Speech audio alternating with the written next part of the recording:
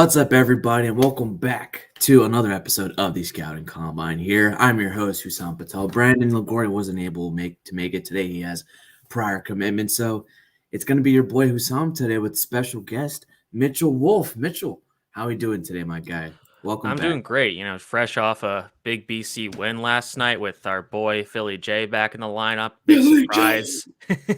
Big surprise. Basically, just a few hours before kickoff, there was a lot of smoke gathering, and then it finally came out that he was going to play. And I don't think his hand is fully 100% yet, but he made some really nice throws, had some great runs. Awesome to have him back on the field.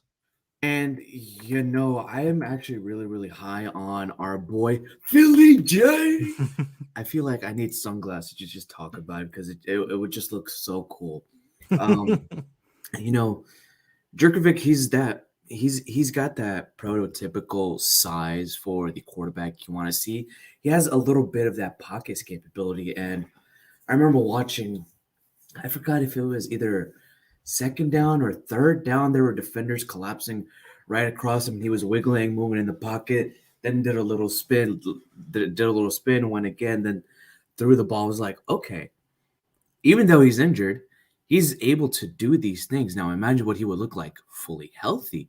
And we've seen him play fully healthy, and he's the type of guy that would slowly go up draft boards, kind of like how Kenny Pickett has been on the rise. What are your thoughts on that? Yeah, absolutely. I still think he comes back next year because he's only going to have like 5 games this year, including one against an FCS team. So I think he's going to want like a full year of starting. And like you said, he's probably not going to be fully healthy until maybe the last game or the bowl game. But I mean, yeah, a lot of people are big fans of him because he does offer, like you said, that prototypical build, and he's got a great arm, got some really good athleticism. He kind of reminds me of like if Carson Wentz was good, and wasn't insane. If he didn't have 2 bad ankles, basically. Yeah, it was like early, like the first half of 2017 Carson Wentz. That's kind of who he reminds me of. Okay, that's who he reminds you of. But let's take a roll back to week 9, and it's the final stretch of the 2021 college football season, and it's fast approaching. After historically good performances from Michigan State running back Kenneth Walker III and Oklahoma quarterback Caleb Williams, I guess you might say the race for the Heisman Trophy just got a little bit tighter, just a little bit tighter. Sparty, they're back in the thick of the playoff hunt, knocking off Michigan and upending themselves into the number 3 spot in the college football playoffs. And then I want to go back to the ACC, and you know a little bit about this team, the Wake Forest Demon Deacons. I mean, as general regular college football watchers, not a lot of people believed in this Demon Deacons team, but they might be having shades of elite offensive performances. They just keep winning and winning and winning, and they've done something no other Wake Forest team has done before. In the program's 114-year history, it has never held an AP ranking higher than 11th. How historic is this, Mitchell? I mean, it's huge for Wake. They've always, like with Dave Clawson, they've always been that consistent, 8-4 team. They're pretty good, but they've just had some flaws or lost to the really elite teams. But, this year you've got Clemson struggling. You've got, excuse me, like a down UNC who they play this week. But I mean, their offense is on fire, and it's an offense that I struggle to watch just because it's based around this really long mesh point, and that's how their whole offense is built. But their defense isn't that great. They're allowing a ton of points. They've had a few close games against some high-scoring opponents, and they'll have that again in UNC this week. So I think the over-under is at 76 or something, but I'm still taking the over. Yeah, it's a really, really, really big. I believe the line shifted down to 76. I believe it was at 77.5. I don't specifically remember, but it was like up there. Yeah, I'm still taking the over. That's how big it was. Yeah, I think both teams will score in the 40s. I think it's going to be just points. So if we'll talk about this game a little bit, and maybe Sam Hartman is entering that low-tier Heisman conversation as well. Who would have thought that Hartman would be there? And nobody really thought the Demon Deacons would be there either. But hey, look, we've said it this entire college football season. You have to expect the unexpected, and you really don't know what's going to happen. It's just the general rules of college football. Next thing you know, Duke could be winning all their games and just be in the freaking probably not. Probably not. They're pretty bad. That's exactly what I mean. But let's go ahead and talk about the big games this week. Number 12 versus number 13, Auburn versus Texas A&M. Mm-hmm. The line has the Aggies as a 4.5-point favorite, and the over/under is 50.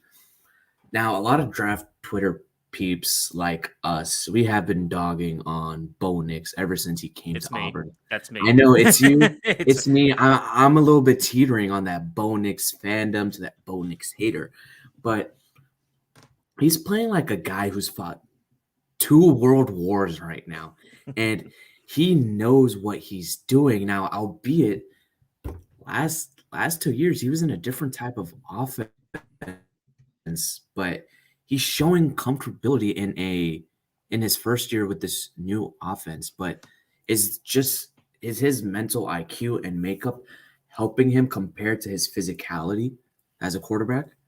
Yeah, I mean, I think the one thing we can all say Bo Nix has as a positive is his athleticism and his arm talent. Like, he's got a good arm. He's really able to make plays with his feet. But, in his last few seasons, he was basically running an offense that looked like it was designed by a middle schooler on, cocaine. But now they've got Brian Harsin in there, and he's running like an actual, professional style offense where it's not all these like crazy sweeps and what they call them, like sugar huddles or whatever, and all this crap. Sugar huddles. Now you got to explain that. I think that's because like Auburn would like run these kind of like quick fake huddles when they had them out, when they had Malzahn there.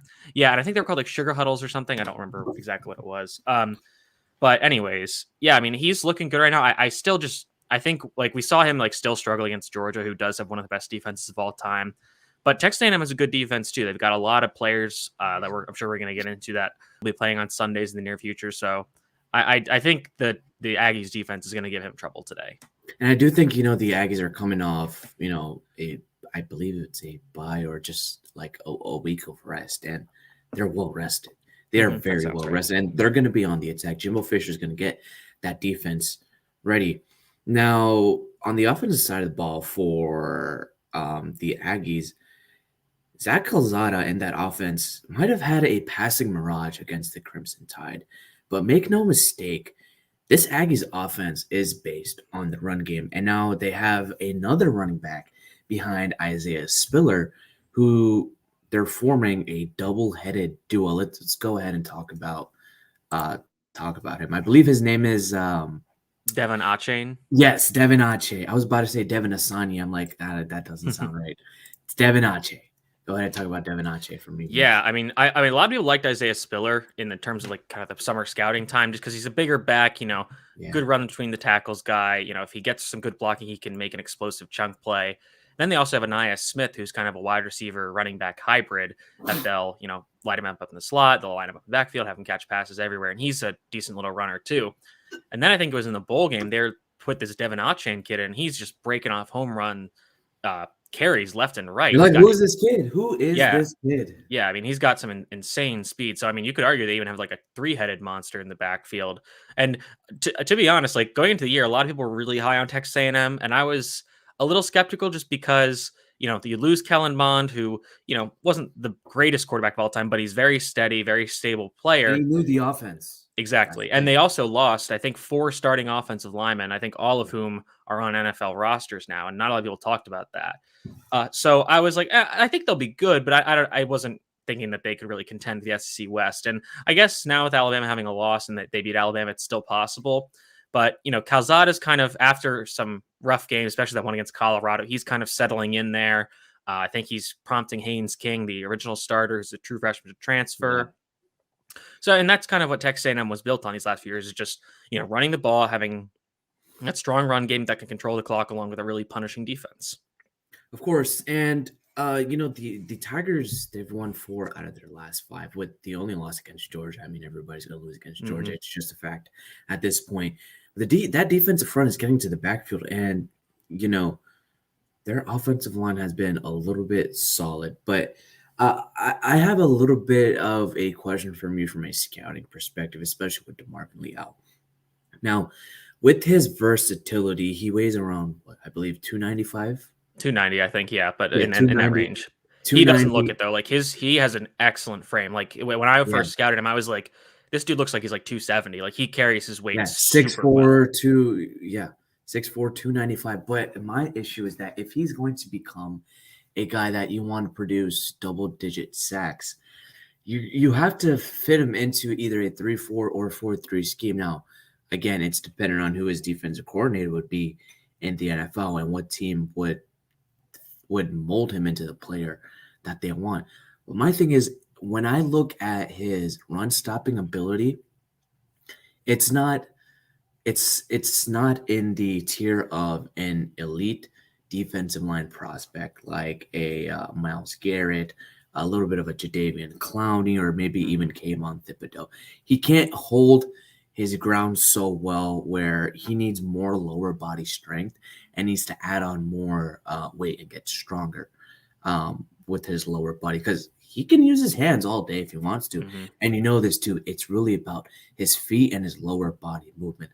So how can he really show that off against an Auburn offensive line or maybe train once draft season comes so that way he can get better at it?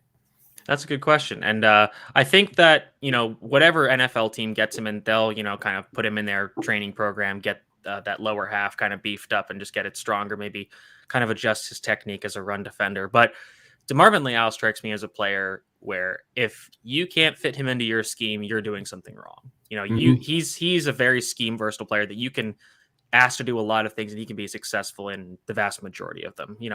They occasionally line him up, as like an outside linebacker in a 2-point stance on the ball. And, I wouldn't recommend using him as the No, number four no, no, outside no, no, linebacker, no. but if you want to kind of mess around with your schemes with your defensive line on third Put down, put him on the inside because that's where he does well against those guards. right, Because he's right. But it's quick off the snap. right. So I definitely agree. Like on most downs, do that. But like if you want to mess around on third down, and, confuse the offensive lineman, put him on the edge and put your linebackers in the middle. The offensive line really won't know what to do because he has the movement skills where you can then loop him back inside and kind of just mess up the whole protection scheme. So I really like Leal. I do recognize that he's not, maybe the elite defensive line prospect like the guys you mentioned, or even the elite interior defenders of years past, like a Gerald McCoy or a Ndamukong Suh. But he's definitely one of the best prospects in this class, in terms of this overall class, no doubt. Yeah, especially this defensive tackle group, if you want to plug him in as a defensive tackle and then rotate him on the edge, this defensive tackle group is not the best. It's actually one of the more weaker position groups in this draft. But I believe the matchup I really want to watch today is that Owen Papo Hmm. versus Isaiah Spiller or Anis Smith if he's within the backfield. But we have to talk about Nehemiah Pritchett, Roger McCreary, and Smoke Monday going up against Anis Smith and Jalen Windermeyer, especially when they're running their crossers and up the seams as well. Now, Smoke Monday, fantastic name. Oh yeah, Love the guy.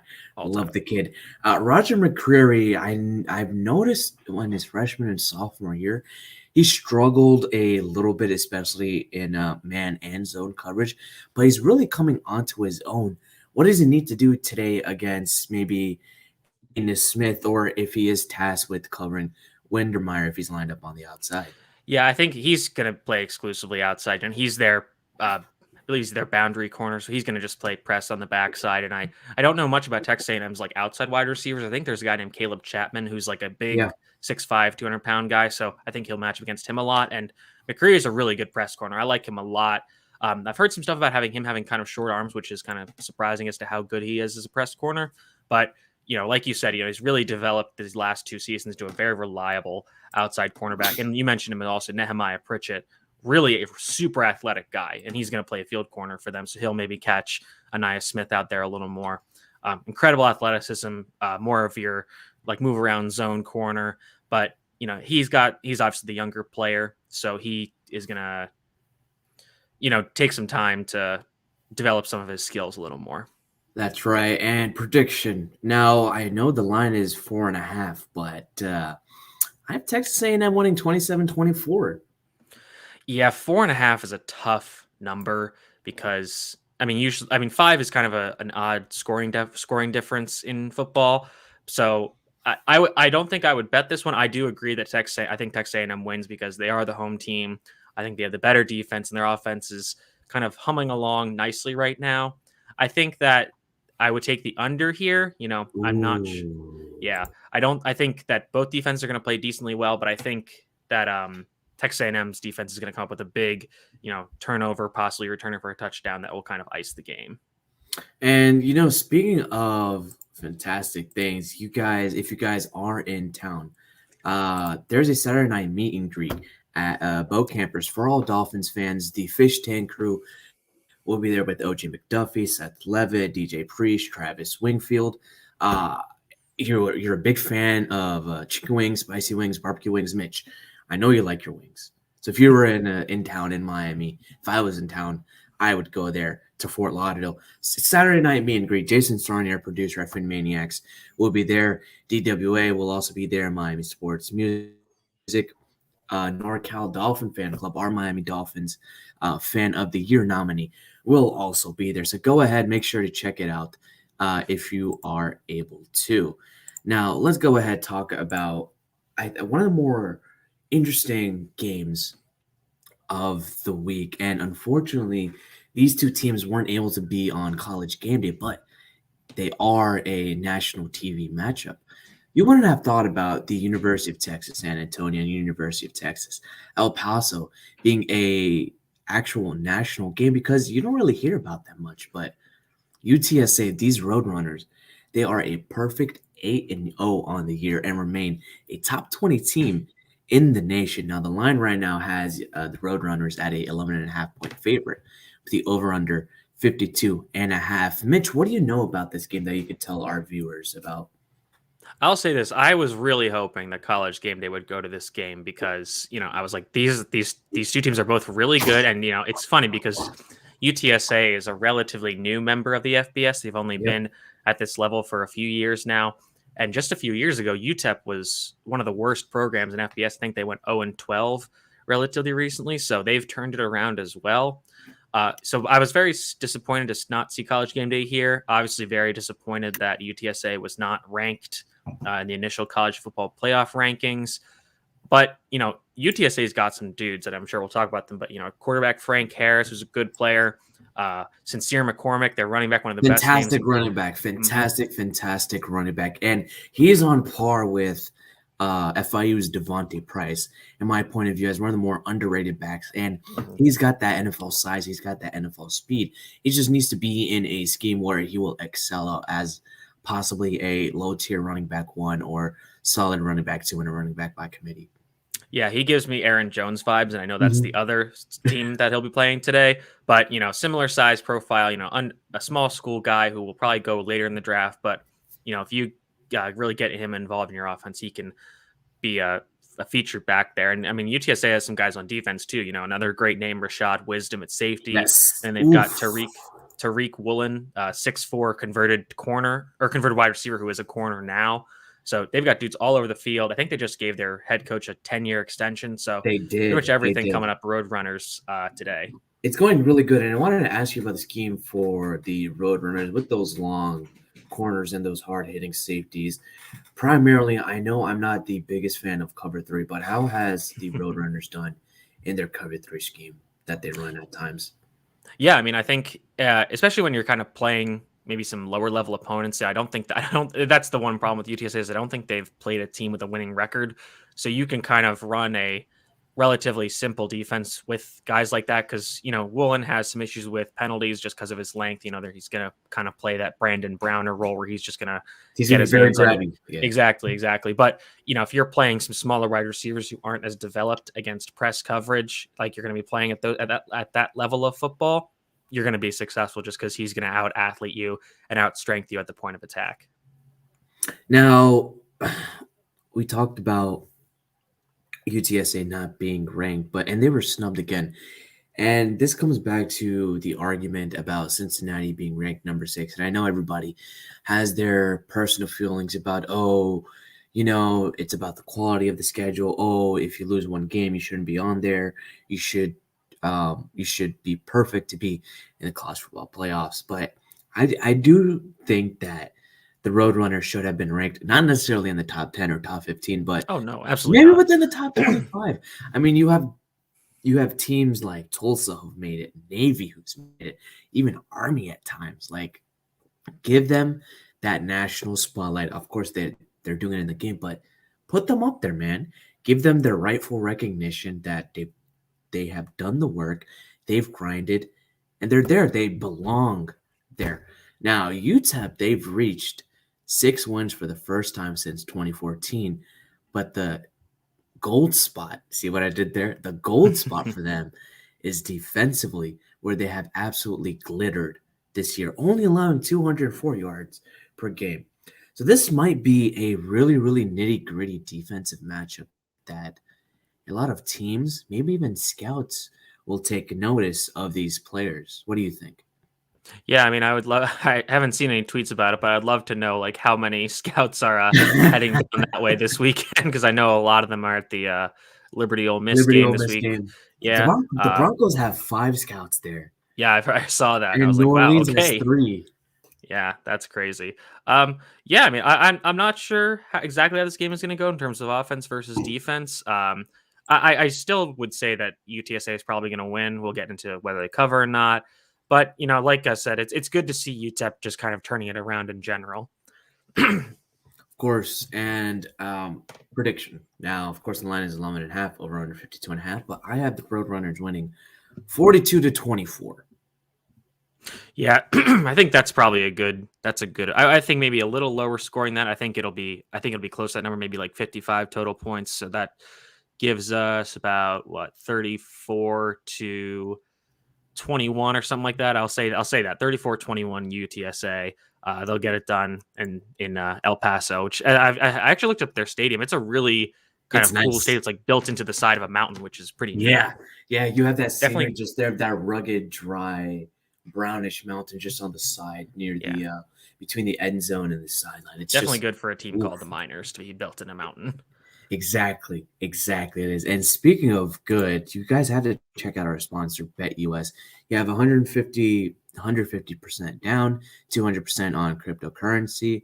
We're going to keep this one short. Go ahead, bet. If you guys are degenerate bettors, go to BetUS and use promo code FinManiacs to get a couple of discounts. And you can bet on college games, NFL games, NBA games as well. So go ahead, check out our sponsor at BetUS. Now, one of the bigger games that we spoke about earlier in our preview is the Demon Deacons versus the Tar Heels. I guess you could say, a pretty big ACC matchup. Right now, the line has the Tar Heels as a 2.5-point favorite, which is very, very close. Very, very close for my liking, and the over-under is 76.5. Now, the Demon Deacons offense has not been stopped at all this year. They're 5th nationally in scoring offense and have put at least 35 points on the board in every game this season. What's it going to be like for Mac Brown's defense, and how can they hold them to under 35 points? It's gonna be tough because they won't. Oh, that's pretty much it. That's what it's gonna They be like. won't. That defense is struggling. They lost some dudes to the NFL this offseason. I do like some of their players individually, but it's just not clicking for them right now. This is just such a weird game on so many levels because how many times are you going to see two teams that are in the same conference where one team is undefeated and the other team is 4-4, but the 4-4 team is favored, which Yeah. I saw. I have a friend who has, this philosophy where it's like, if there's a line that you just don't understand that Vegas puts out, Vegas knows something, so you probably should bet that line. With that being said, I do have money on Wake Forest today, and I do Oh, think look they're at going to win this you. game. Look at Yeah, you. look at Look me, at you. Mr. Moneybags. Yeah, I think, like I said, I think this game's going to hit over. I think Wake Forest is going to win. And the funny thing is, even if they don't, it really doesn't affect them that much because this is technically a non-conference game. Mm-hmm. Because of the way the ACC is structured, this game was scheduled individually by these teams. It's not an ACC mandated game. So, if this is a loss, it won't count towards Wake's conference record. So even if they lose, they have a very good chance of winning the ACC Atlantic Division. Look at our resident ACC network analyst, Mitch Wolf, who also does work for the Boston College Eagles. He knows his crap in the ACC. Now, Tar Heels' offensive line has been up to par in pass protection. I know Sam Howell and that offense has lost a lot of that production in the NFL draft last season. However, Howell's knack for breaking tackles has bailed the offense out on numerous occasions, and the structured and called quarterback runs have given this attack a different element. Now, for the Deacons on the defensive side of the ball, they've allowed more than 500 yards of total offense in 4 straight games. They're 11th in the ACC in total defense and have survived because of one factor: turnovers. So how can they bait Sam Howell into either fumbling the ball, pressure him, or throw a couple of picks? Yeah, I mean, the Wake Forest is kind of playing in terms of when this team was, firing all cylinders. They're playing that kind of Chiefs style where it's like, we're going to score a ton. We're not going to play super sound defense, but we'll generate turnovers, like you said, give our offense the short field and just get them to score more points. One of my favorite stats of the year so far was when Wake played Army and they won 70-56. Wake only possessed the ball for 17 minutes. Yep. So they scored 70 points in that was a crazy game. Basically just a quarter of game time. So, I think that, like you said, they'll definitely be able to get some turnovers. I think Sam Howell is going to be pressing a little bit. They need to kind of win this game to get back on track. So you're going to see a more aggressive Sam Howell like you saw last season. Yeah, and I think the problem is like you were saying, like the offensive line is kind of not playing up to par right now. They, like you said, they lost a ton of production to the NFL draft, so they just don't have the level of guys they had last year, and that's kind of leaving Howell out. And he is playing well. The results on the field in terms of just the wins versus losses haven't been there, but he's playing well. I think he's doing his best, but there's just not enough talent around him to be a really dominant force in the ACC this year. Of course, and look, the Tar Heels need to have a better effort up front on defense this week. Otherwise, they're not going to have a chance at all. But one of the more matchups I'm watching this week compared to Alabama, LSU, the Big Dogs, Liberty, Ole Miss, I'm looking at this game specifically for the wide receiver versus cornerback matchup. Wake Forest's Jaquiri Robertson and A.T. Perry versus UNC's defensive backs Tony Grimes and Cedric Gray. Now, these aren't top-tier elite level matchups, but if you're an NFL team and you're picking within the second, third, or fourth round, you have to keep an eye on these guys specifically because they can be solid contributors to your team one day. Now, they might not have elite athleticism or elite ball skills, but they can produce. They're producing in college. Now, it might not be the same numbers, but their skills are there for them to produce. What do you think about these two wide receivers and these two corners, Mitch?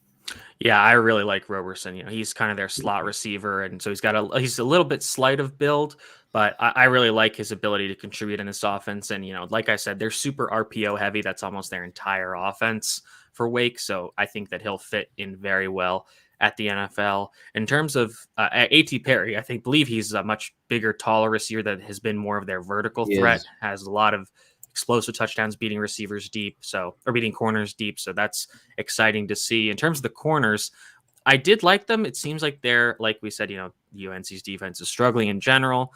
I believe Grimes, and there's a lot of corners for UNC, so I might get them confused, but I believe Grimes is one of the younger ones, so I think he's got time to come back. Okay. He's 2023, I believe. Okay, yeah, sure.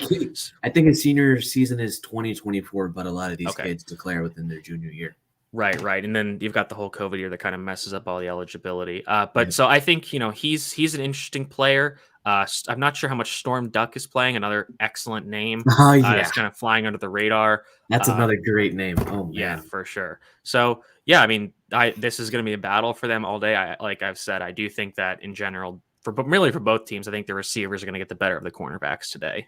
Yeah, and if Sam Howell's not able to get anything within the passing game going, you have Ty Chandler, who he's got shades of blue for these Tar Heels. He's doing really, really well behind a lacking offensive line. He's able to get these tackles. He's able to go off the big runs. Yeah, I had very high hopes for Ty Chandler this year in this offense. He hasn't really lived up to expectations, in my opinion, but like we've said, against this, you have to take into context of what's happening within that offensive line. Exactly. So I think this week maybe he has a big game because of how much Wake's defense is just not playing super great. Of course, and prediction. I have Wake Forest winning 44-38.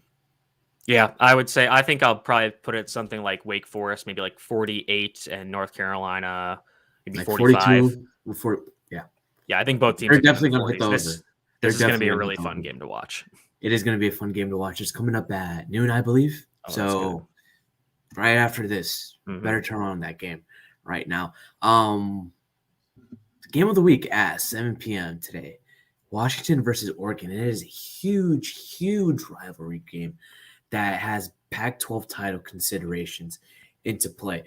Now, the Huskies, they offer a stiff challenge with the nation's top-ranked passing defense, led by Trent McDuffie, who is arguably, possibly, a first-round corner. Jimmy Lake has really turned this defense around, along with this Huskies teams that was doing well but couldn't really close it in those big games.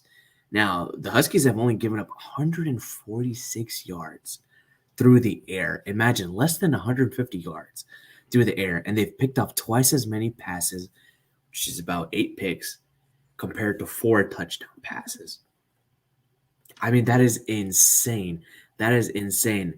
On Oregon's offensive side of the ball, Anthony Gordon, he's proven he can throw the ball down the field. But on the road against the Huskies, his escapability will help against the Huskies' pass rush and secondary, which is really, really good. What do you think the Huskies need to do to get off to a fast start compared against their slow starts against Arizona State and Stanford? Yeah, I don't really have a lot of faith in Washington for this game. You mentioned like Jimmy Lake's ability to coach this defense and especially the pass defense, and that's pretty much all that's going well for the Huskies this season. Their offense has been really lackluster. I mean, like you said, the pass defense is good. They're actually the 10th highest EPA in terms of pass defense this year at negative 0.079. Look at our stats guy, EPA. Next thing you know, he's going to bring up DVOA and QBR rating. Yeah, sadly, I would love to see if somebody actually does DVOA for college. But anyways, yeah, I like Oregon a lot this game. I'm not sure if you saw the comments from Jimmy Lake about Oregon and how he doesn't really consider them a rival because they don't compete with them academically. Especially for the recruiting academically exactly, part, which is exactly. Oof. So yeah, I think that comment's going to come back to bite him. You mentioned again, Washington's great against the pass, and the thing is Oregon doesn't really need to pass the ball that much. They really rely on that running game, the really big, strong offensive line coached by Mario Cristobal.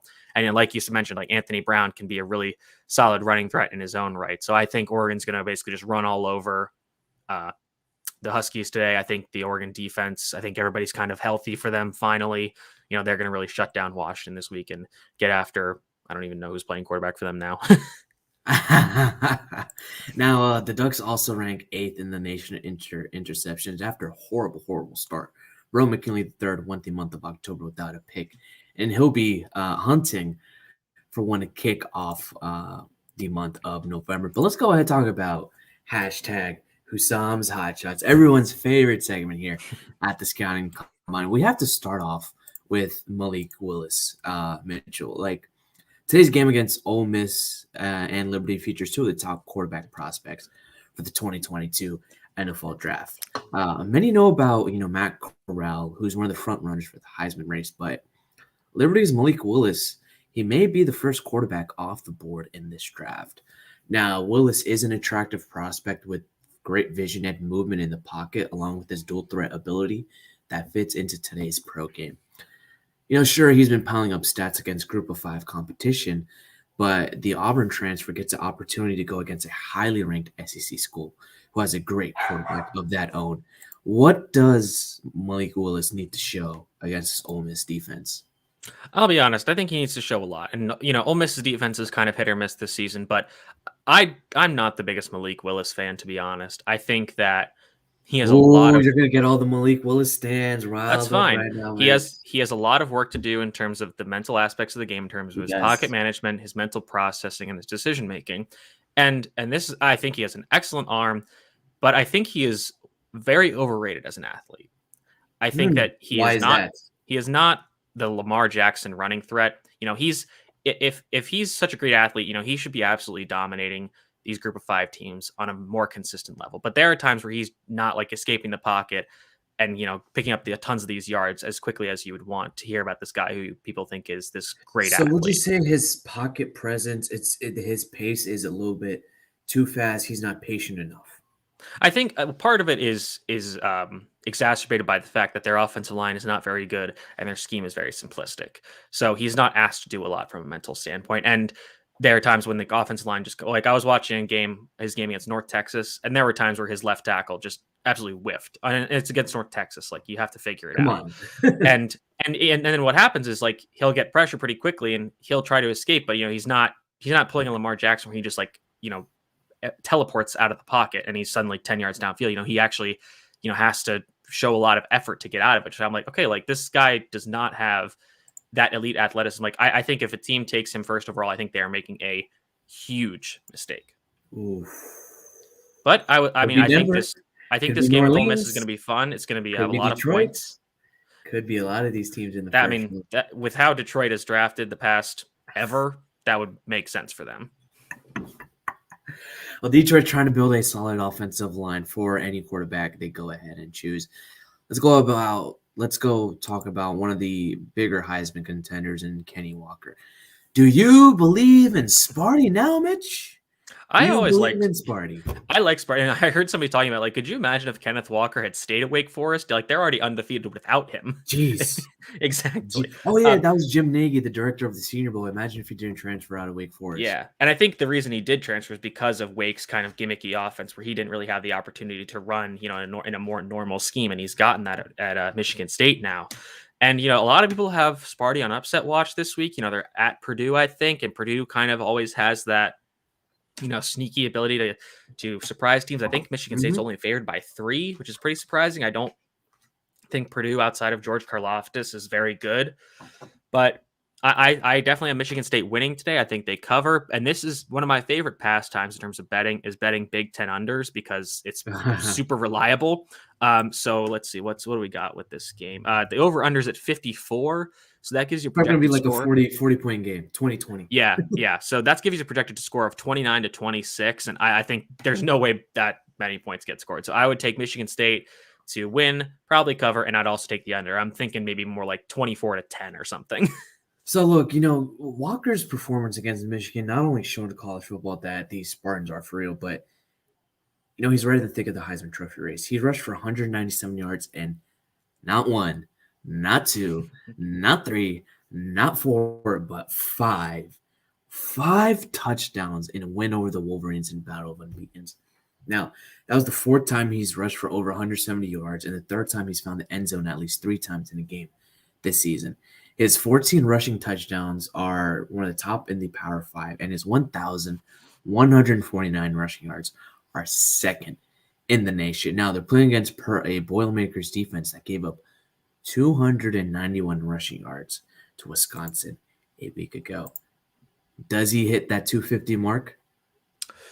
Ooh, I don't think 250. I think that's a bit much to ask, but I think that he's probably going to have one of the better games of his. I mean, now it's kind of skewed because his season is insane, but I think he'll definitely be a big factor today. He'll be fun to watch. Now, do you project him to be? I know everybody says don't draft a running back in the first round. Najee Harris went to Pittsburgh in the first round, but could Kenneth Walker be a top 20 pick in the NFL draft? I don't think so because, for all of his talents, he's not used very much in the passing game. And a big reason why Najee Harris was picked in the first round is that he offered that incredible ability as a runner, but also as a receiver, as a pass blocker. And those aspects are just not a big part of Kenneth Walker's game right now. Like he's an excellent pure runner, probably the best just pure, running back in this draft. But, he's got some flaws to work out in those kind of more nuanced aspects of the game. So, if you have to be almost a perfect prospect now as a running back to go in the first round, and he still has some of those flaws. So I think, you pick him in the 2nd or 3rd round, though, you're going to be very happy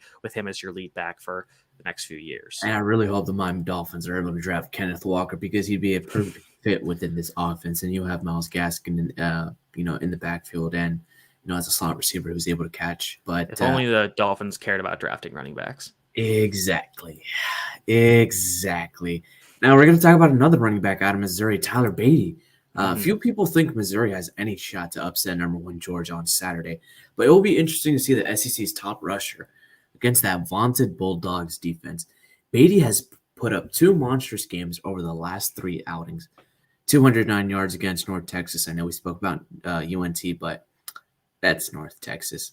And 254 yards last week against Vanderbilt. Again, Vanderbilt. Now, the Dogs are just a bit tougher than either the Mean Green or the Commodores, but he's rushed for a touchdown in all but 1 game this season, which was a Week 2 loss to Kentucky, who was one of the top teams in the SEC this season. Now, he's shown an ability to break out for huge games, but can he do damage against Georgia? No. I mean, so the problem, this is just going to be such a wild 2 weeks for Missouri. 1 week you get Vandy, who's the worst team in the SEC, who doesn't really do much of anything. And then the next week you have to face Georgia, who's one of the best teams in college football history, especially on defense. And they're missing their quarterback, Connor Bazelak. So, I mean, Georgia's just going to clog every running lane they can find. And I think I'd like Beatty a lot. I think he's going to be another really good mid-round find. And so he's a running back who can help in the passing game as well. But man, I don't think he's going to find much success today. I'd be very surprised if he got to 100 yards. I'd be very surprised if they find the end zone. If you told me he couldn't get to 50 yards, I wouldn't be shocked, honestly. Oof. Well, Beatty, if you could get over 50 yards, consider that a win. Exactly. Massive dub, boss man. That's what it would be. We're talking a lot of offensive prospects today, Mitch, and I promise you guys we'll be talking about one defensive prospect later on. Jared Stearns out of Western Kentucky. Not a lot of people know this kid, but when Bailey Zapp, who's the Western Kentucky quarterback, is your quarterback, expect some receivers with big-time yardage totals. Now, Zapp has a fantastic arm. He can really launch it. Mm-hmm. And Stearns has benefited from his arm, catching 93 passes for 1,166 yards and 11 tutties. Tops the nation. He caught 10 passes for 89 yards and a touchdown in a win over Charlotte last week, which is his 2nd worst game of the season. Think about it. Just think about it. 2nd worst game of this season. He has 6 games of over 100 yards receiving, 4 games of over 170 yards receiving, and 1 221-yard game. Insane, right? Insane. Yeah, I mean, what a I guess a week or so for Western Kentucky. You got Mike White lighting up the NFL, former Western Kentucky Hilltopper, and now you got Jared Stearns, putting up insane numbers. He was a guy I was kind of looking around for some wide receivers to check out on my spreadsheet of draft prospects, and I'm just looking at stats. I'm like, oh, this Stearns kid is just absolutely lighting it up, like you said. Who does Western Kentucky have today? I want to say it's Middle Tennessee State. Let me do some searching here. But yeah, I mean, I was very excited to see it is Middle Tennessee State. I was very excited to see Bailey Zapp get up to the FBS level, and he's been all that in a bag of chips, honestly, for Big Red down there. But I think that he's going to have another very successful day. I think Middle Tennessee doesn't play a ton of defense, so he should have probably one of the best games of his season, honestly, this week. And look, he's a Rondale Moore-like type of. Oh yeah, that's a good comp. That's a good comp. And he's transferred from Houston Baptist in 2020. Oh, sorry, that's true. Okay. Oh wait, Stearns also was at Houston Baptist? Yes, he was. Oh, that's fun. Okay, very cool, very cool. Yes, and he's a former 2-star prospect who's now getting love from NFL scouts and becoming one of the more exciting players in the country. So, hey, I really liked Jalen Tolbert from South Alabama, but Stearns is getting up there too. And I do think he'll benefit from a strong arm quarterback. So let's say maybe if a team drafts Carson Strong within the 1st round, you can get Stearns within the 3rd, 4th, maybe even 5th round, just because of how he's able to play with these strong-armed quarterbacks as well, or maybe already an established veteran quarterback that needs a reliable slot receiver. The next one, we're going to talk about another wide receiver, Treylon Berks. He is ultimately my favorite wide receiver prospect, and he's making a push to become my number 1 wide receiver prospect. Now, you remember when Arkansas was one of the darlings of the college football, like the last couple weeks? Mm-hmm. Then they lost to Georgia, Ole Miss, and Auburn, and they're back to reality. But Berks is Berks is that gem out there, and he's He's been okay during that losing streak, except for Georgia.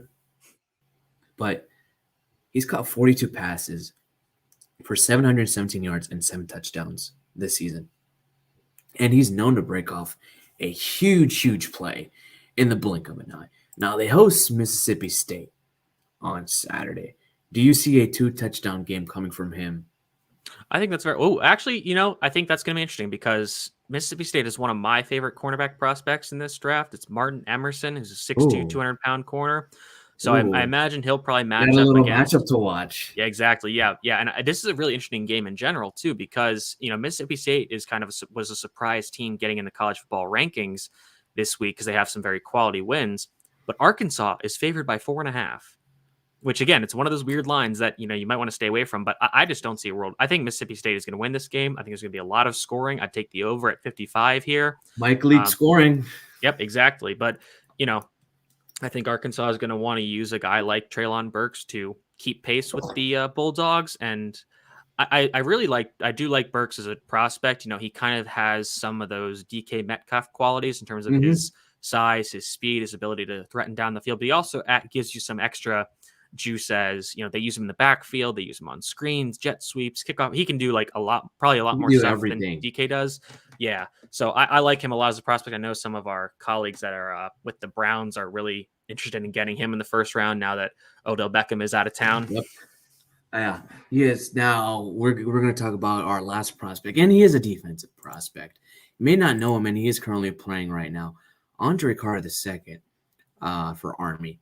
Now, with Army and Air Force that are facing off in the inaugural Lockheed Martin Commanders Classic, it's a great time to shine a light on him. The junior linebacker from Missouri City, Texas, is in the top 5 nationally in sacks. He has 8.5 sacks this season. Standing at 6'7" and 250 pounds. He is an intimidating presence for these Black Knights. He was a tight end in high school, and then he transitioned to linebacker seamlessly. And now he has opposing offenses focused on trying to block him and keeping him from disrupting their game plan. He'll have a different task on Saturday trying to ball up Air Force's top-ranked rushing attack. But he's really great as a pass rusher and decent in coverage, contextualizing how he plays, in the independent parts of the of college football.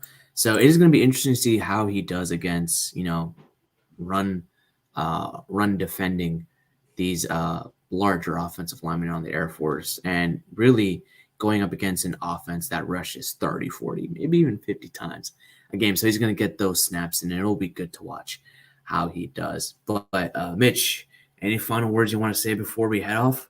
Yeah, I'll chime in on Carter, but you mentioned him, and I hadn't really heard about him, but he sounds like a very interesting prospect. This game, like you said, has already kicked off. Both teams have punted on their first drives. So there's your classic military academy, low scoring effort.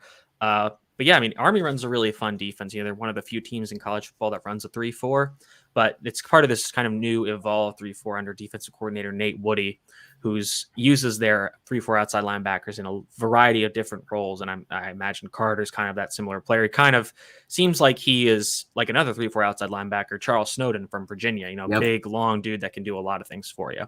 But yeah, that's all I got. Thanks for having me on again. A lot of fun just talking about college football and prospects as always. And betting too. Let's see if you are. You become a degenerate better on here soon. But of course, you can follow Mitchell Wolf at Mitchell Wolf on Twitter. Mitchell T. Wolf. Mitchell T. Wolf. I'm sorry. T with he's got really nice teeth as well. That's why he puts it in there. You can find him over at the ATB Network. You find me at the ATB Network as well. So go ahead, guys. Enjoy college football. And man, let's hope these Miami Dolphins finally get a win and beat the Houston Texans. But other than that, guys, fins up, everybody.